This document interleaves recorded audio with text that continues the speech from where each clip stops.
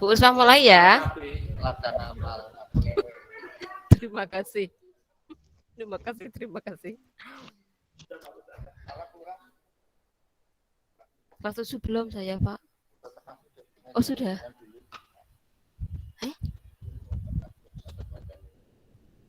Oh, berarti turun tak cekal berarti. Belum. Ya, terima.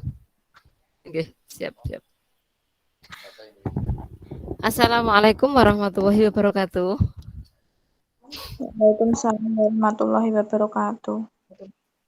Terima kasih Mbak Rini sudah menjawab salam Bu Uswah.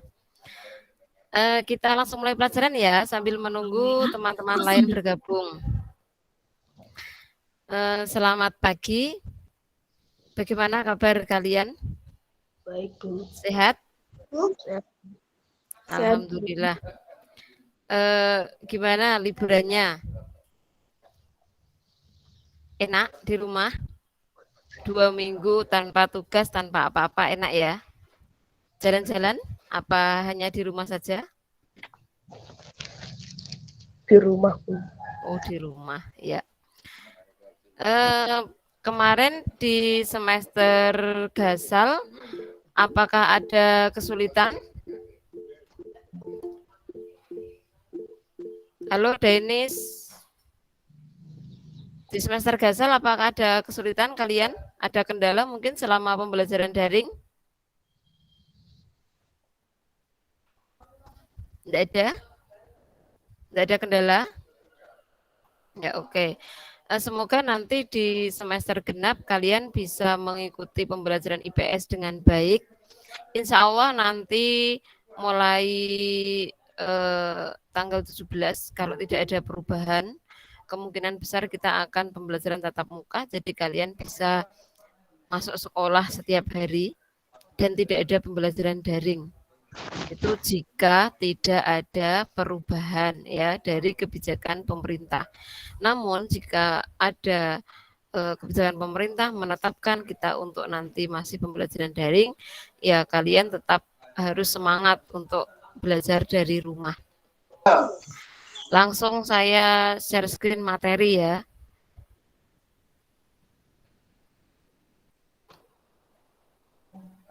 Nah, sudah terlihat layar Bu Uswah? Sudah, Bu. Sudah, oke ya. Jadi untuk materi yang akan kita pelajari di semester genap ini nanti kita akan mempelajari 2 materi. Yang pertama yaitu materi tentang aktivitas manusia dalam memenuhi kebutuhan. Kemudian yang kedua yaitu tentang kondisi masyarakat Indonesia pada masa praaksara, Hindu-Buddha, dan Islam. Nah, kita akan masuk ke materi yang pertama yaitu tentang aktivitas manusia dalam memenuhi kebutuhan. Nah, untuk materi pertama ini terbagi menjadi beberapa part, beberapa bagian. Bagian yang pertama yaitu tentang kelangkaan dan kebutuhan manusia.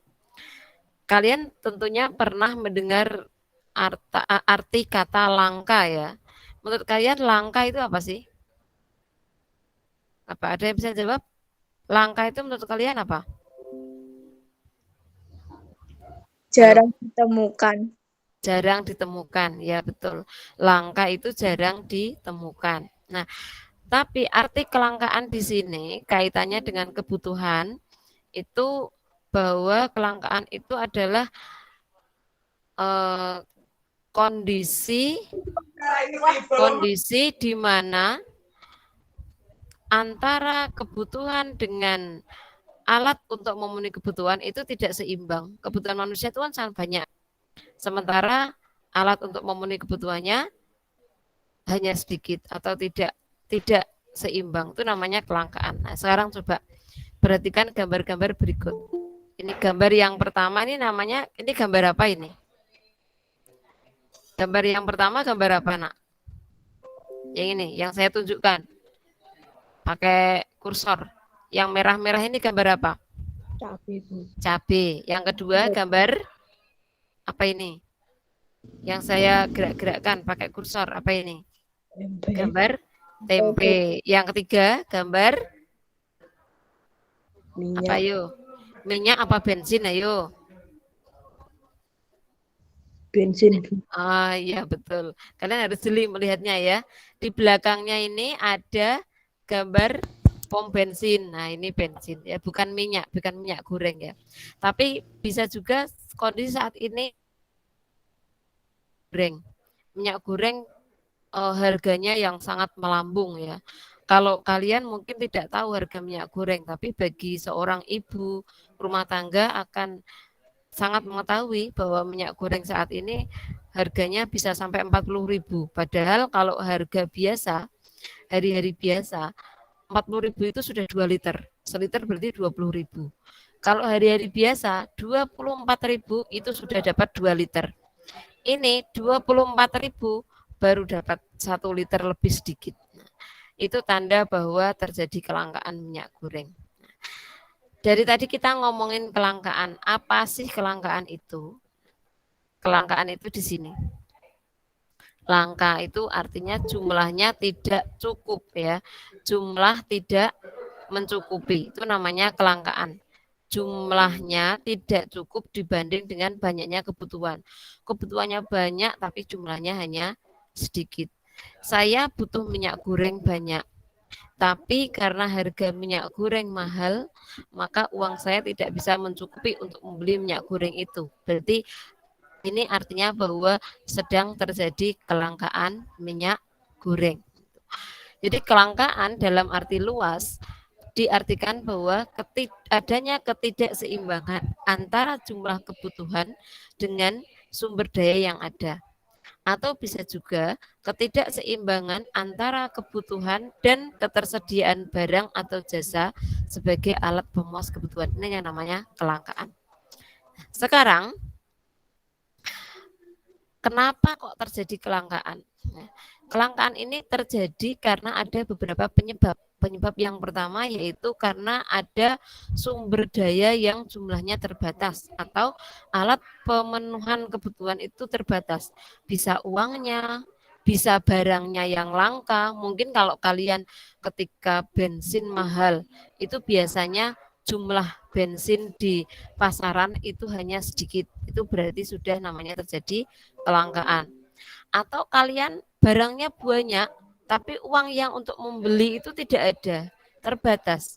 Kalian nggak punya uang, kalian butuh makan tapi tidak punya uang untuk membeli makan. Itu juga termasuk salah satu kelangkaan. Jadi faktor penyebabnya tadi. Sekarang berikutnya, kebutuhan manusia yang meningkat lebih cepat dibanding ketersediaan sumber daya alam. Kebutuhannya banyak tapi ketersediaan sumber daya alamnya berkurang. Itu juga termasuk faktor penyebab kelangkaan. Atau kemampuan manusia untuk mengolah sumber daya yang kurang. Atau bisa juga keserakahan manusia sendiri yang mengakibatkan berkurangnya barang ya. Dalam pemanfaatannya itu manusia sangat serakah sehingga terjadi kelangkaan. Selanjutnya, bagaimana cara mengatasi kelangkaan? Nah, upaya untuk mengatasi kelangkaan diantaranya supaya tidak terjadi kelangkaan dengan cara meningkatkan potensi sumber daya manusianya. Kalau sumber daya manusia SDM dalam mengolah sumber daya itu baik, maka tidak akan terjadi kelangkaan. Atau bisa juga dengan cara menambah dan memproduksi barang atau jasa. Atau yang ketiga dengan cara memanfaatkan sumber daya yang tersedia secara efektif dan efisien. Efektif ini artinya memanfaatkan barang dan jasa itu secara berhasil dan tepat guna. Jadi memang kegunaannya untuk apa? Yaitu nasi kegunaannya tempat dimakan ya sudah. Jangan memasak nasi lebih dari kebutuhan. Kalau kebutuhan keluarga 2 orang ya kita cukup menanak nasi untuk 2 orang saja. Jangan menanak nasi lebih dari 2 orang, maka nanti hasilnya akan sia-sia, akan terbuang. Nah, jika terbuang maka di hari berikutnya akan terjadi kelangkaan. Contoh kita mempergunakan uang. Kita hanya butuh hari ini itu butuh untuk membeli baju satu saja. Kita tidak perlu membeli baju lebih dari satu. Karena uang untuk membeli baju yang lebih dari satu itu bisa digunakan di kemudian hari. Itu tadi. Ya, tadi salah satu upaya untuk mengatasi kelangkaan. Nah, sekarang tadi tentang kelangkaan, yang berikutnya adalah kebutuhan. Ini kebutuhan manusia itu sangat banyak. Ada kebutuhan primer, kebutuhan sekunder, kebutuhan tersier. Coba salah satu anak mungkin mau menyebutkan kebutuhan primer. Contoh kebutuhan primer apa coba? Yang kalian tahu ketika dulu kalian masih di SD. Kebutuhan primer menurut kalian itu apa? Ada yang mau menjawab? Rini, Jaizah mungkin? Atau siapa saja yuk? Ada yang bisa menjawab? Alif Nur Syakbana, Karisma, Tony mungkin? Irma, halo? Nggak ada yang jawab ini? Satu contoh saja. Kebutuhan pokok. Oh iya betul, kebutuhan pokok. Contohnya? Contoh kebutuhan pokok? Apa? Contoh kebutuhan pokok apa? Makanan, ya pangan, terus Papan. papan, terus Sandang. sandang, betul. Dari tadi Mbak Rini terus yang jawab ya. Berarti yang lain pada tidur ini. Bu Uswah mau mulang Mbak Rini tok, wis gak apa-apa ya. Jadi salah satu contohnya kebutuhan primer, pangan, papan, sandang ya. Pangan itu makanan, pakaian, dan rumah. Makanan di sini yang dimaksud kebutuhan pokok adalah makanan yang standar. Berbeda dengan makanan mewah. Contoh makanan mewah itu kamu pagi bapak ibu sudah masak ya. Makanannya masih ada. Tapi kamu ingin yang lain ya. Pengen makan bakso. Bakso itu makanan. Tapi bakso di sini ini bukan termasuk kebutuhan primer karena sebenarnya makanan nasi di rumah masih ada. Sementara bakso itu hanya sebagai tambahan keinginan yang lain. Itu berarti itu bukan termasuk kebutuhan primer. Ya. Jadi kebutuhan primer adalah makanan yang pokok. Atau papan. Papan itu berarti rumah. Kamu sudah punya rumah, masih bisa dihuni dan masih nyaman untuk ditinggali. Tapi ternyata masih ingin membangun rumah mewah. Nah, rumah mewah ini sama-sama rumah, tapi rumah mewah dengan rumah biasa. Rumah yang sudah layak ditinggali itu termasuk kebutuhan pokok. Sementara rumah mewah itu bukan termasuk kebutuhan pokok atau kebutuhan primer. Atau sandang, pakaian. Kamu masih punya pakaian yang layak pakai, ya. Ya tidak sobek, ya masih bagus untuk digunakan, untuk dipakai, tapi ingin membeli pakaian yang gemerlap yang bisa digunakan untuk pesta, itu berarti termasuk pakaian untuk pesta, itu bukan termasuk kebutuhan primer, itu termasuk kebutuhan tersier ya. Nah, di sini ada kebutuhan sekunder, tersier, kebutuhan jasmani, rohani. Kebutuhan jasmani dan rohani berarti jasmani itu yang merasakan adalah tubuh kita. Kalau rohani yang merasakan adalah jiwa kita. Contoh kebutuhan jasmani, baju, makanan itu kebutuhan jasmani. Kalau kebutuhan rohani misalnya olahraga, ilmu, pendidikan itu kebutuhan rohani. Kebutuhan individual, individual berarti yang membutuhkan adalah hanya satu orang atau perorangan. Kalau kebutuhan kelompok, barang atau benda itu dibutuhkan oleh banyak orang. Contoh pasar, sekolah, masjid. Nah, itu termasuk kebutuhan kelompok. Lalu ada kebutuhan sekarang. Kalau kebutuhan sekarang berarti kebutuhan itu dibutuhkan saat itu juga, tidak bisa ditunda. Contoh, kebutuhan sekarang adalah makan. Kamu laparnya sekarang kok makannya besok? Gak mungkin kan? Berarti kalau ketika kamu lapar, maka makannya harus sekarang. Apa mungkin bisa ditunda nanti sore atau besok, kecuali kalau orang puasa. Kalau puasa kan saat ini lapar nggak mungkin dipenuhi sekarang. Kalau penuhi sekarang berarti batal puasanya ya kan. Jadi makan itu termasuk kebutuhan sekarang. Tapi beda lagi kalau kamu makan cemilan. Nah, kalau cemilan bukan kebutuhan sekarang.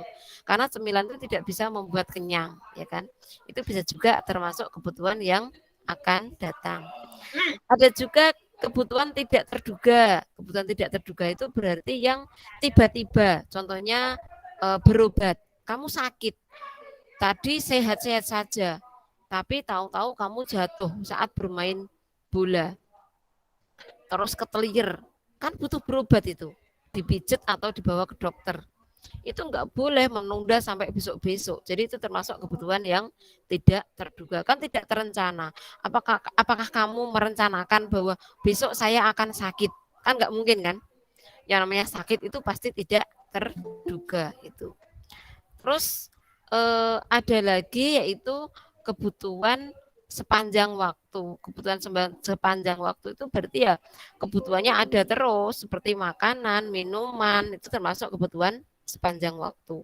Ada kebutuhan material. Material itu kebutuhannya bersifat material, bersifat kebendaan. Benda bisa dipegang. Kalau kebutuhan spiritual, kebutuhannya bersifat rohani. Jadi yang merasakan jiwa kita. Ini ada beberapa kebutuhan menurut tingkat kepentingannya, ya. Contoh kebutuhan primer. Ini contoh kebutuhan sekunder. Ada jam tangan, ada televisi, ini kebutuhan sekunder. Ada kebutuhan tersier, yaitu mobil, rumah mewah, HP. Tapi kalau HP ini dalam pembelajaran daring, HP bisa merupakan kebutuhan primer ya bagi pelajar. Tapi bagi orang tua kebutuhan HP dalam pembelajaran daring bukan termasuk kebutuhan primer. Ini tadi sudah saya jelaskan contohnya ya, kebutuhan menurut sifatnya ada kebutuhan fisik, jasmani, rohani. Menurut subjeknya ada kebutuhan perorangan, tas seperti tas, buku, ini termasuk kebutuhan perorangan. Menurut kebutuhan kelompok atau kolektif ini contohnya ada masjid, pasar, angkutan umum itu, dan masih banyak lagi. Saya dilanjut faktor-faktor yang mempengaruhi kebutuhan manusia. Nah, kebutuhan manusia antara satu orang dengan orang yang lain itu pasti berbeda-beda. Nah, ada beberapa hal yang menyebabkan perbedaan kebutuhan antara satu orang dengan orang yang lain. Contoh kondisi alam atau tempat tinggal. Kalian yang bertempat tinggal di desa dengan yang bertempat tinggal di kota itu pasti kebutuhannya akan berbeda. Orang yang bertempat tinggal di desa untuk kebutuhan makan saja, kira-kira menurut kalian lebih banyak orang yang tinggal di kota apa tinggal di desa? Untuk makan itu kira-kira lebih banyak orang yang tinggal di kota apa yang ada di desa? Ya, coba dijawab. Ranum mungkin? Saya panggil aja ya yang jawab ya, biar kalian interaktif ya. Cak Izah, coba Cak Izah. Halo Cak Izah. Halo Bu. Ya, coba dijawab pertanyaannya Bu Uswah. Kira-kira orang yang tinggal di desa dengan yang tinggal di kota, kebutuhan untuk memenuhi kebutuhan makan, kira-kira lebih banyak yang mana?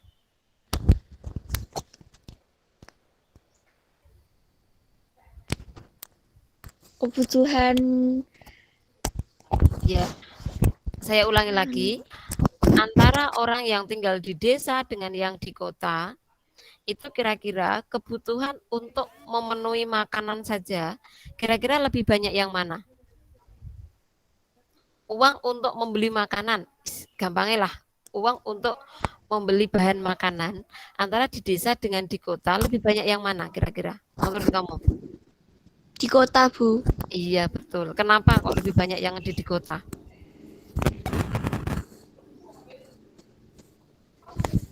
Alasannya apa kira-kira?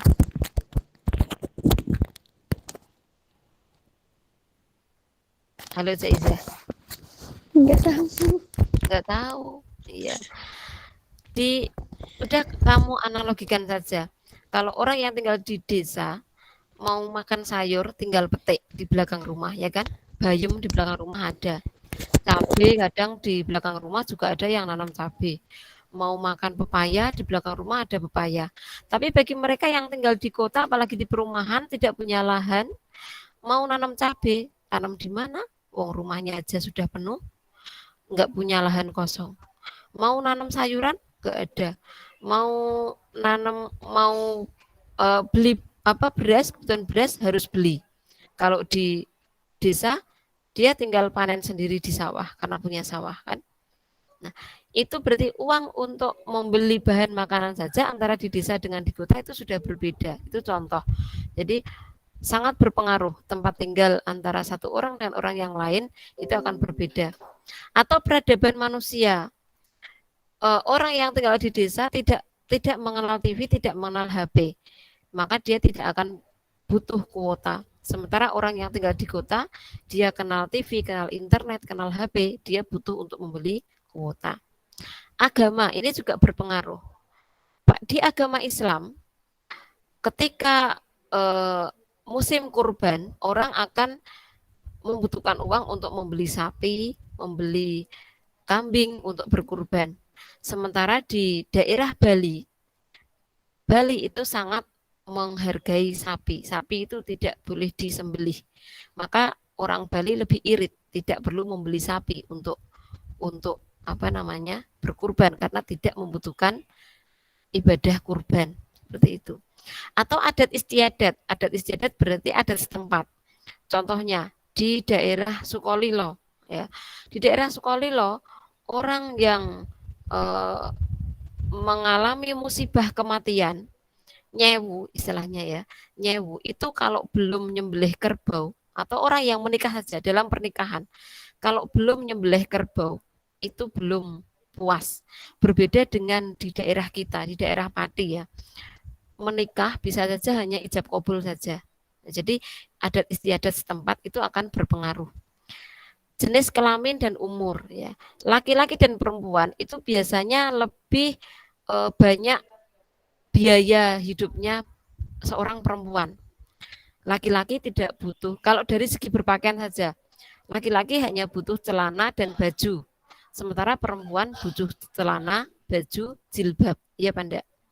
Ketika seorang laki-laki dan perempuan mau bepergian, laki-laki hanya cukup minyak rambut, hand body, sudah. Sementara perempuan butuh dandan, bedak, lipstik, eyeliner, dan yang lain sebagainya. Jadi kebutuhannya lebih banyak. Dari segi umur anak kecil dengan dewasa pasti lebih banyak membutuhkan yang dewasa. Anak kecil cukup dipakai bedak talek sudah cukup.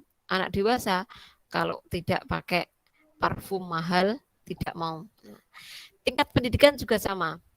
Anak sekolah yang TK dengan SD pasti kebutuhannya berbeda. Jumlah buku yang dibeli juga akan berbeda. Kalau di TK mungkin cukup satu buku, di SD butuh banyak mapel. Atau SD dengan SMP juga akan berbeda. Di SD cukup bukunya tema, hanya satu saja. Sementara di SMP mapelnya ada banyak, maka bukunya juga jumlahnya banyak. Atau kemajuan ilmu dan teknologi, kemajuan iptek, ini juga akan berpengaruh. Dulu, zaman dahulu, sebelum ada TV, orang tidak membutuhkan listrik. Tapi sekarang, ketika teknologi berkembang, ya, TV semakin maju, maka listrik butuh daya yang banyak. Berikutnya tingkat pendapatan. Tingkat pendapatan itu berarti penghasilan masyarakat, penghasilan seseorang. Ketika orang yang memiliki penghasilan hanya 100.000 sehari dengan 500.000 sehari, maka dia akan lebih banyak membeli yang memiliki pendapatan 500.000 sehari.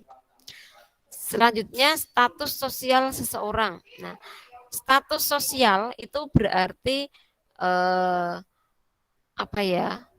tingkat kekayaan ya. Jadi orang yang memiliki status sosial tinggi biasanya mempunyai banyak kebutuhan. Status sosial itu orang kaya. Orang kaya itu memiliki banyak kebutuhan. Berbeda dengan orang miskin. Karena tidak ada uang untuk membeli, maka dia ya hanya sedikit yang yang diinginkan. Kemudian jumlah penduduk. Jumlah penduduk di dalam keluarga, contoh, satu keluarga punya anak 2 orang. Sementara keluarga yang lain jumlahnya ada 7 orang. Nah, 2 orang dengan 7 orang pasti kebutuhan untuk sehari-hari pun juga akan berbeda tadi ya. Sekarang alat-alat untuk pemenuhan kebutuhan. Di sini ada barang ya. Ada barang, diantaranya ada barang ekonomis, barang bebas, barang elit. Nah, sekarang saya jelaskan di sini. Barang ekonomis itu barang yang sudah disediakan oleh alam. Kalau barang bebas itu barang yang melebihi jumlah kebutuhan manusia. Kalau barang elit itu barang yang membahayakan. Bedanya, barang ekonomis itu untuk mendapatkannya butuh uang, butuh pengorbanan. Kalau barang bebas itu untuk mendapatkannya tidak butuh pengorbanan. Kalau barang elit itu jika banyak, jika dalam jumlah banyak maka akan membahayakan. Contoh air. Air itu kalau hanya sedikit di dalam botol, air di dalam botol berarti itu termasuk barang ekonomis karena harus membeli. Air di sungai itu berarti barang bebas karena kita mengambil tanpa harus membeli. Tapi jika air itu dalam jumlah banyak, maka akan jadi bencana karena terjadi banjir. Nah, contoh lain udara. Udara jika di dalam tabung, maka harus membeli karena sudah masuk rumah sakit ya. Tapi jika dalam kondisi bebas, maka itu termasuk barang bebas atau tidak butuh pengorbanan ya. Kita bernafas itu menghirup udara secara bebas, tidak membeli. Tapi jika dalam jumlah banyak, berarti berbentuk angin, maka bisa merusak, bisa menjadi badai. Berarti kan anginnya terlalu banyak, terlalu kencang. Itu berarti termasuk barang elit. Yang berikutnya, barang menurut tujuan penggunaan. Ada barang produksi. Nah, ini contohnya yang ada di bawah. Ini termasuk barang produksi. Ada mesin-mesin, ini termasuk barang produksi karena digunakan untuk memproduksi barang yang lain. Lalu ada barang konsumsi. Barang konsumsi itu berarti yang siap pakai, siap digunakan. Contoh barang-barang yang ada di warung, di mall itu termasuk barang konsumsi. Selanjutnya menurut hubungan dengan barang lain. Nah, ini ada barang substitusi atau barang pengganti. Ini substitusi ya, termasuk barang pengganti. Jadi contohnya ini pulpen dengan pensil. Ini kan bisa saling menggantikan. Kalau tidak ada pulpen bisa kita menulis dengan pensil atau sebaliknya. Atau bisa juga ini kopi dengan teh. Nah, kopi itu kalau tidak ada kopi bisa kita minum diganti dengan teh atau sebaliknya. Tapi berbeda dengan barang-barang yang ada di bawah ini. Ini termasuk barang komplementer. Contoh HP dengan chargernya. Coba kalau ada HP-nya tapi nggak ada chargernya, ketika HP-nya baterainya habis, kira-kira bisa digunakan apa tidak? Tidak akan bisa digunakan. Atau charger dengan colokan listriknya. Loh, ada charger kok nggak ada colokan nih. Ya, terus mau ngecas di mana? Nggak bisa kan? Ini termasuk barang komplementer atau saling pelengkap. Atau contoh gambar yang berikutnya yaitu kopi dengan gula. Kira-kira kalau kamu minum kopi pahitan nggak dikasih gula, mau apa enggak? Mau? Enggak. Ya, pahit ya. Atau makan gula saja. Pernah kalian makan gula tok? Enggak sama yang lain? Pernah? Enggak. Tapi tidak sering ya kan? Pernah. Tapi tidak sering kan? Nah, jadi gula itu tetap harus ada pelengkapnya. Tidak hanya gula berlaku sendirian. Gula pasti ada gaduane dengan teh atau dengan kopi atau dengan minuman yang lain ya kan, dengan jus atau begitu. Kamu ngejus buah tanpa dikasih gula juga sama saja kan, pasti rasanya lain itu. Jadi gula dan kopi termasuk barang komplementer. Atau contoh lain, meja dengan apa? Kalau meja dengan Meja dengan paku bisa juga ya. Atau meja dengan kursi, kayu dengan paku bisa juga. Kayu itu tidak akan bisa berdiri jadi meja kalau tidak dipaku. Atau paku dengan palunya. Paku itu tidak bisa nancep kalau tidak dipalu kan gitu. Itu berarti termasuk barang komplementer. Ada juga barang menurut sifatnya. Ini ada barang bergerak. Barang bergerak itu berarti bisa digerakkan, bisa dibawa kemana-mana. Contohnya HP, perhiasan. Ini termasuk barang bergerak. Ada barang tidak bergerak. Barang tidak bergerak berarti barangnya tidak bisa dibawa kemana-mana, tidak bisa dipindahkan. Rumah, sawah, apakah sawah bisa dipindah? Tidak bisa, ya kan?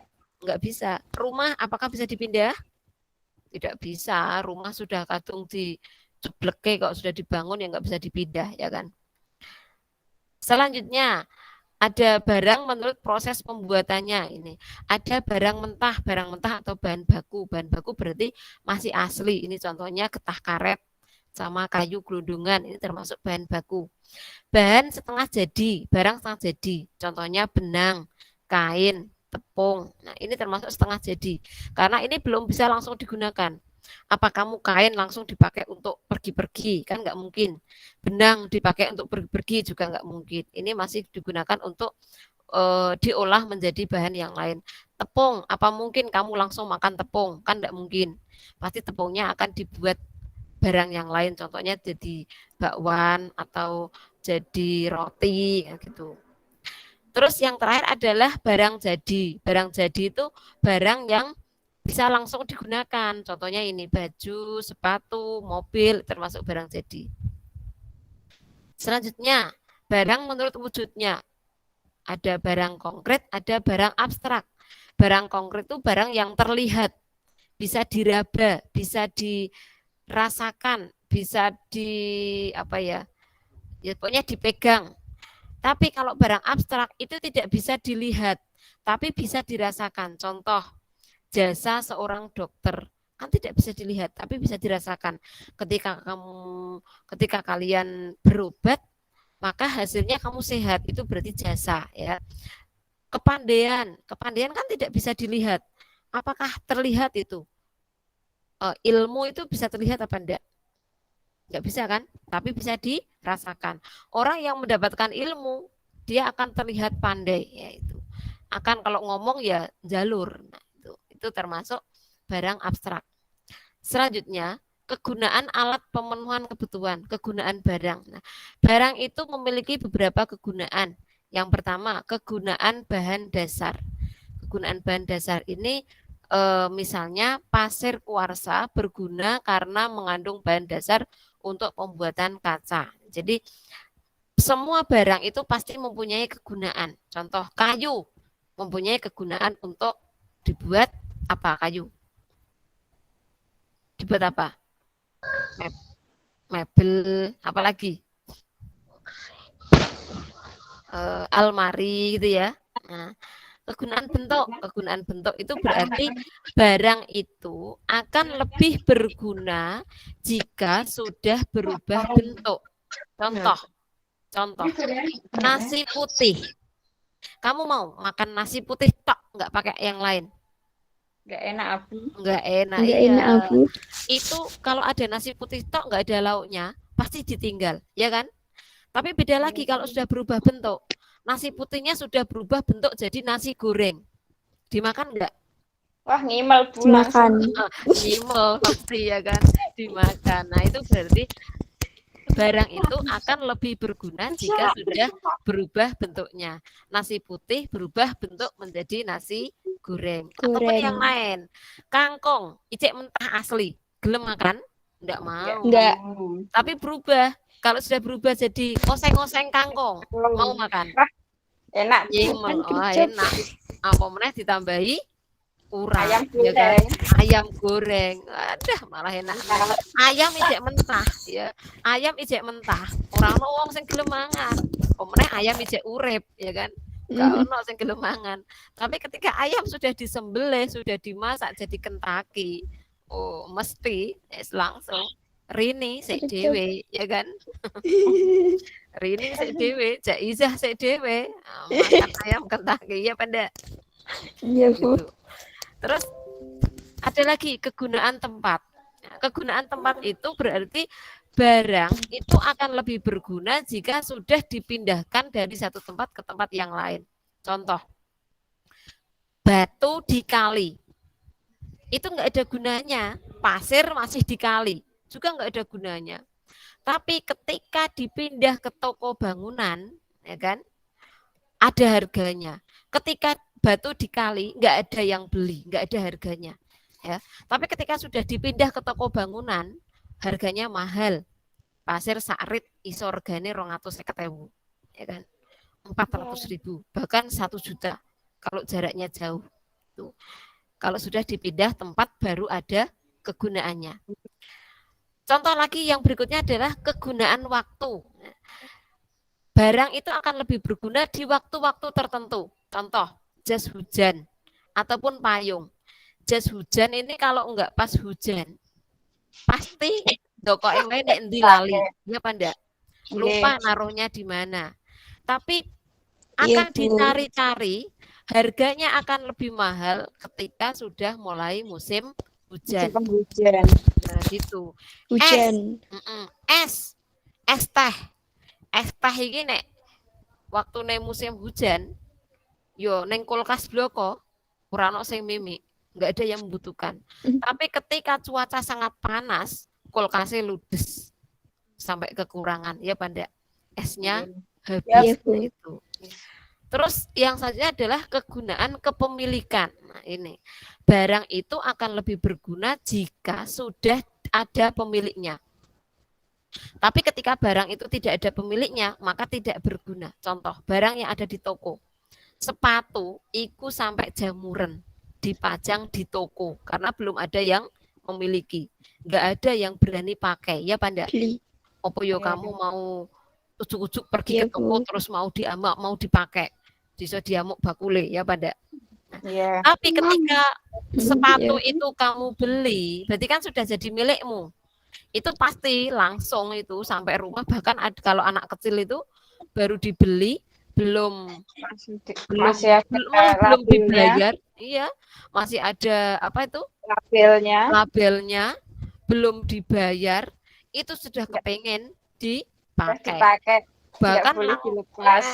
nggak boleh dilepas. Bahkan sandal yang dipakai waktu berangkat itu dimasukin yang ini kardusnya sepatu nih tinggo waktu mulai kan gitu.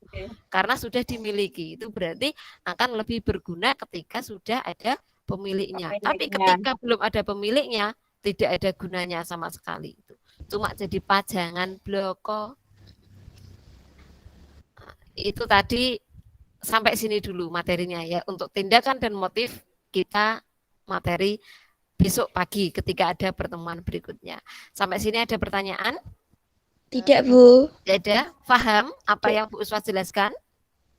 Paham. Ya. Jadi kita ulas sedikit ya. Jadi kita hari ini mempelajari tentang kelangkaan dan kebutuhan manusia.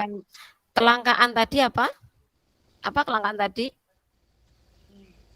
Kondisi ketidakseimbangan antara tidak seimbang antara kebutuhan dengan alat pemenuhan kebutuhan. Jadi kebutuhannya banyak, tapi alat untuk memenuhi kebutuhannya hanya sedikit gitu ya. Terus yang berikutnya adalah kebutuhan. Kebutuhan manusia itu ada banyak, ada kebutuhan primer, sekunder, tersier, jasmani, rohani, kebutuhan apa individu, kelompok dan lain sebagainya ya. Terus alat-alat untuk memenuhi kebutuhan tadi ada barang bebas, barang ilit, barang ekonomis dan sebagainya. Nanti kalian bisa baca sendiri di buku paket ada. Nanti ini akan saya kirimkan di GCR ya. Oh ya sudah, malah di materinya di GCR sudah ada. Jadi kalian tinggal membaca saja, mengulas saja. Nanti video rekaman ini juga akan saya kirim ke GCR ya. Ada pertanyaan? Iya, Bu. Enggak ada? Enggak, Bu. Iya, oke. Untuk hari ini Bu Uswas belum memberikan tugas. Tugasnya akan saya berikan di pertemuan berikutnya ya. Jadi hari ini hanya mendengarkan penjelasan materi saja. Karena sudah tidak ada pertanyaan, berikutnya akan saya absen. Siapa saja tadi yang sudah hadir ya. Iya, Bu. Ini Jaizah, saya centangi dulu. Ya. Iya, Bentar, Bu. saya ambil daftar hadir Bu Uswah dulu sebentar.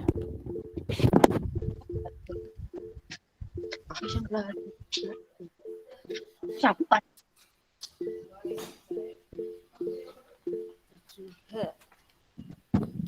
Jaizah.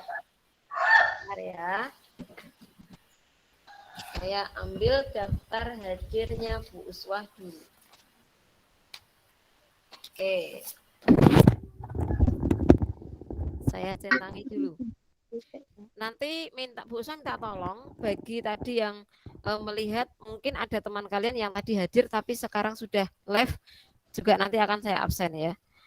Jaizah tadi ada. Lalu siapa lagi? Karisma ada. Laila Fitri ada. Lalu Muhammad Denis ada.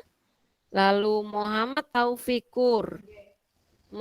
Taufikur ada. Selanjutnya Rini Jamiati ada. Seima Naura, oke. Tony Rianto, oke. Saskia Gina, oke. Irma Bayu,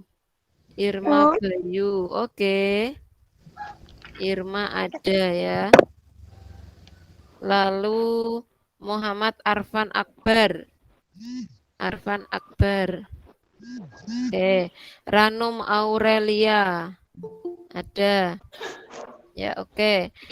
Lalu Vian Adi Pratama. Tadi ada yang join tapi mungkin terlempar. Ada, Bu. Siapa tadi? Fadil Septino Ramadhani. Oh, Fadil tadi ada ya.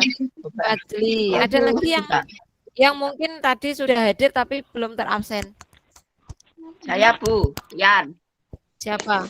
Vian sudah. Yan Adi Yan Pratama. sudah. Ya, sudah. Tadi siapa lagi ya yang Ardo ini ada. Ardo. Siapa lagi ya tadi ya? Yang terlempar tadi sudah hadir tapi terlempar tadi loh, keluar. Abdul Mukni tadi tidak ada ya. Alif Nur Sakbana tadi ada, Terus apa nih? Udah itu aja ya. Terima kasih sekali untuk kalian anak-anakku yang sudah hadir di pertemuan pertama. Oh ini, Alvis baru masuk. Alvis Alfiansyah. Ya, Alvis. Oh ya ada. Denis tadi ada ya. Nah, kalian sudah hadir, terima kasih. Untuk penugasannya akan saya berikan besok di pertemuan kedua, hari apa ya? Sabtu apa Jumat ya? Saya lupa. Nah itu kalian ini cukup dipelajari dulu aja, dibaca-baca di buku paket dan juga yang ada di GCR ya. Iya, Bu. Untuk pembelajaran pagi ini saya cukupkan sekian. Jika ada salah-salah kata dari Bu Uswah mohon maaf yang sebesar-besarnya. Saya sekian. Assalamualaikum warahmatullahi wabarakatuh. Waalaikumsalam warahmatullahi Silakan boleh wabarakatuh. keluar dari room.